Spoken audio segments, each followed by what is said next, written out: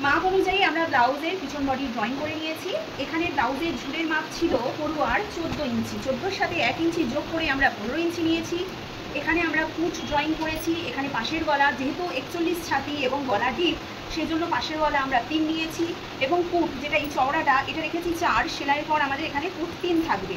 এইটুকুনি ড্রয়িং করার পর এখানে মোহরা লাইন নামিয়েছি। নামানোর পর এখান থেকে ছাতির 1/4 + 2 2 ইঞ্চি করা হয়েছে।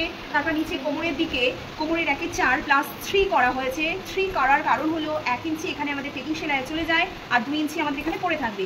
এইরকম অবস্থায় রাখার পর আমাদের এখানে যে মোহরা সেট দেওয়া হয়েছিল সেটা ঠিক আছে কিনা দেখে নেওয়ার জন্য আমাদের পড়ুয়ার মোহরা 17 ছিল, 17-র হাফ হয় 8.5। আমাদের কুট সেলাইয়ের জন্য হাফ ইঞ্চি ছেড়ে এইটা মেপে আমরা দেখে নেব 8.5 মাপটা আছে কিনা। আমরা ঘুরিয়ে যখন ফিতে ধরলাম তখন আমরা দেখছি যে 8.5 এখানে আছে। আর আমরা যে ছাতির 1/4 করেছিলাম সেই মাপটা এখানে ছিল। আর 2 এটা হচ্ছে আমাদের এক্সট্রা কাপড়, পরে যদি মোটা হয় তখন খুলবে। আমাদের মোহরার মাপ সব সময় এই বগলের দাগ থেকে এই পর্যন্ত কুট সেলাই বাদ দিয়ে ঠিক আছে কিনা দেখে নিতে হবে, হাম মোহরা যেন ঠিক থাকে। এই পর্যন্ত করে নেওয়ার পর আমরা গলার ড্রয়িং করবো। পাশের গলা উপরে 3 যেটা নিয়েছি সেটা নিচেও 3 নেবো। পড়ুয়ার ইচ্ছা অনুযায়ী বা কাস্টমারের ইচ্ছা অনুযায়ী আমরা গলার ডিপ নেবো। এখানে যেমন আমরা গলার ডিপ 9 করেছি, তাহলে নিচে দিকে চওড়া অংশের মাপ পড়ে থাকে 6 ইঞ্চি। 6 ইঞ্চির মাপটাকে যদি আমরা স্টিচ করি, নিচে কোমরপট্টি এবং গলাপট্টি সেলাই করার পর এখানে 5 ইঞ্চি রেডি হবে। 6 ইঞ্চিটা কমে গিয়ে 5 আমরা কাস্টমারকে দিতে পারবো রেডি অবস্থায়। এই পর্যন্ত মাপ নেওয়ার পর আমরা উপরে 3 নিচে 3 দিয়ে চৌকো বক্স করে এখান থেকে গোল সেপ দিয়ে এটাকে ড্রয়িং করে নিয়েছি। এরপরে আমরা টেকিংয়ের সেলাইয়ের জন্য মার্জিন দেবো। এখানে যেহেতু 41 ছাতি তার জন্য আমরা 4 ইঞ্চি পাশের দিকে যাব। যদি 3.5 তখন নিতাম যদি আমাদের ছাতির মাপ 30-এর গোটায় থাকতো, অর্থাৎ কি 30, 31, 32, 33, 34 যদি ছাতি হতো তাহলে আমরা এই টেকিংয়ের চওড়াটা 3.5 নিতাম। যেহেতু এখানে 41 ছাতি সেই জন্য এখানকার টেকিংয়ের চওড়া আমরা 4 ইঞ্চি নিলাম।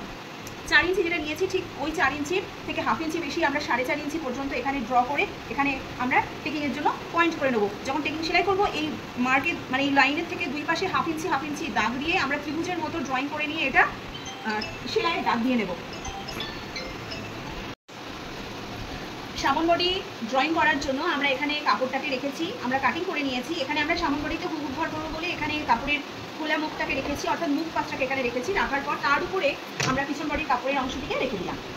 ঠিক এইভাবে এভাবে রাখলাম। রাখার পরে যখন আমরা কাটিং করেছি তখন কি করেছি, আমাদের পিছন বডিতে যেহেতু হুক হবে না সেই জন্য জোড়া ভাঁজ রেখেছি, আর সামন বডিতে যেহেতু হুক হবে সেই জন্য আমরা কি করেছি হাফ ইঞ্চি পরিমাণের কাপড় আগে থেকে আমরা রেখে দিয়েছি, দিয়ে ফুটের সমান বগলের সমান আমরা ড্র করেছি। শুধুমাত্র খেয়াল রাখতে হবে কি নিচের দিকে আমাদের 1 ইঞ্চি কাপড় বেশি হবে। পিছন বডির থেকে সামন বডির ঝুল অবশ্যই 1 ইঞ্চি বেশি হবে, কারণ ব্রেস্টের খাপ তৈরি করার জন্য। সেই জন্য একই কারণে আবার সাইডের দিকেও আমরা 1 ইঞ্চি কাপড় বেশি রাখবো। তাহলে কি হলো সূত্র অনুযায়ী, তাহলে পিছন বডির ছাতির 1/4 + 2 হলে সামন বডির ছাতির 1/4 + 3 হবে। কোমরের সূত্র হবে কি কোমরের 1/4 যোগ 3 যদি পিছন বডিতে হয় তাহলে সামন বডির কোমরের 1/4 যোগ 4 হবে। ঠিক এইভাবে আমরা 1 ইঞ্চি করে দুই পাশে কাপড় নিয়ে আমরা ড্রয়িং করে নেব। নেওয়ার পর এখানে পিছন বডির কাপড়টিকে তুলে রাখবো। রেখে এখানকার বগলের যে লাইনটা ছিল সেই বগলের লাইনটাকে আমরা ড্র করে নেব। পাশের গলা যেহেতু ওই জামাতে আমরা 3 নিয়েছিলাম সেই জন্য আমরা এই জামার গলাতেও 3 নেব। কুট যেহেতু 4 রেখেছিলাম সেইভাবে আমরা কুট 4 রাখবো। রেখে গলার ডিপ পড়ুয়ার পছন্দ অনুযায়ী আমরা গলার ডিপ নেব। এখানে গলার ডিপ আমরা 6.5 রাখছি। রাখার পর চৌকো করলাম, করে এটাকে ড্র করে দিলাম। দেওয়ার পর এখানে টেকিংয়ের সেলাইয়ের জন্য দাগ দিতে হবে। সেটা করার জন্য কীভাবে করবো, আমাদের যেহেতু অলরেডি এখানে হাফ ইঞ্চি কাপড় এক্সট্রা নেওয়া আছে সেটাকে আমরা বাদ দিয়ে টেকিংয়ের জন্য 4 ইঞ্চি নেব। যেহেতু 41 ছাতি সেই জন্য আমরা এই পাশের এইদিকে 4 ইঞ্চি নিলাম। নেওয়ার পর একদম সোজা করে ওপরের দিকে একটা লাইন টানবো। এটা আপাতত বিনা মাপে আমরা আন্দাজে লাইনটা টানছি লম্বা করে। নেওয়ার পর এখান থেকে একদম 5 বা 6 ইঞ্চি একদম একটা স্ট্রেট লাইন টেনে দেবো। আমরা 6 রাখছি। রাখার পর ঠিক এই স্কেলটা নিয়ে আবার এখান থেকে এটাকে স্ট্রেট এরকমভাবে লাইন টেনে দিচ্ছি। এইটুকু করার পর এখানকার যে পয়েন্ট হয়েছে সেই পয়েন্ট থেকে 1 ইঞ্চি নিচে নামবে, অর্থাৎ এটা দাঁড়াবে কত 5। মোট নিয়েছিলাম 6, এখন আমরা নিলাম 1 ইঞ্চি কমিয়ে নিলাম 5। নেওয়ার পর ঠিক এই জায়গা থেকে এরকমভাবে হালকা হাতে এই কোণ যে অংশটা আছে সেটাকে এরকমভাবে সেট দিয়ে ড্র করে দেবো, যাতে কোনো রকমভাবে কোণা না হয়, গোল করতে হবে। এই সেটটা ড্র করার পর আমরা নিচের দিকের এই যে টেকিংয়ের যে লাইনটা দেওয়া আছে তার পাশে থেকে 1.5 ইঞ্চি আমরা সাইডের দিকে যাব,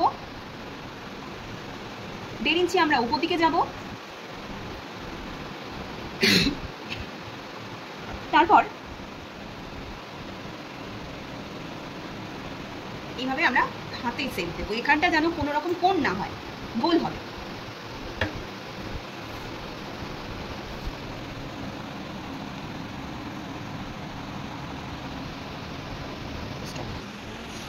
এইটুকু ড্রয়িং করার পর এখানে দুটো পদ্ধতি তোমাদেরকে বলবো। সেটা হচ্ছে এখানকার আমরা যখন পিছন বডি কাটিং করেছিলাম, পিছন বডির এই যে সাইড লাইনের কাপড়টা রয়েছে, এটা পিছন বডির সাইড লাইন। যখন পিছন বডির সাইড লাইন এইভাবে রাখবো তখন দেখা যায় কি সামন বডির এই যে অংশটা আমাদের কি হয়, কাপড়ে বেশি হয়। তখন সাইড সেলাই করার সময় মানে বগলের হাতা লাগানোর পরে যখন আমরা বডির সাইড সেলাই করব তখন যে কাপড়ের পরিমাণটা বেশি হবে সেখান থেকে আমরা এইভাবে কাটিং করে দেবো। এই যে এটার অংশটাকে আমাদের কাটিং করে দিতে হবে। কাটিং করে এই অংশটা আমাদের বাদ চলে যাবে, এটা বাদ চলে যায়। আবার ফের এই যে অংশটা আছে এই অংশটাও আমাদের বাদ চলে যাবে, এটা বাদ চলে যাবে, এটা বাদ, এটা বাদ, এটা করা যায়। এছাড়াও আরও একটা উপায় হয়, সেটা হচ্ছে কি এখানকার কাপড়টা ধরো কাটবো না, তখন কি করব, এখান থেকে আমরা 2 ইঞ্চি ওপরে কাপড় ড্রয়িং করব। সামন বডিতে এখানে আমরা 2 ইঞ্চি ওপরে ড্রয়িং করলাম। করার পর এখানকার অ্যাপেক্স পয়েন্টের মাপ যেটা হচ্ছে আমাদের পড়ুয়া 10.5 হয়েছিল, 10.5-এর সাথে হাফ যোগ করলাম। করার পর আমাদের এখানে 11 হলো, সেখানে আমরা অ্যাপেক্স পয়েন্টের জায়গাটাতে দাগ দিলাম।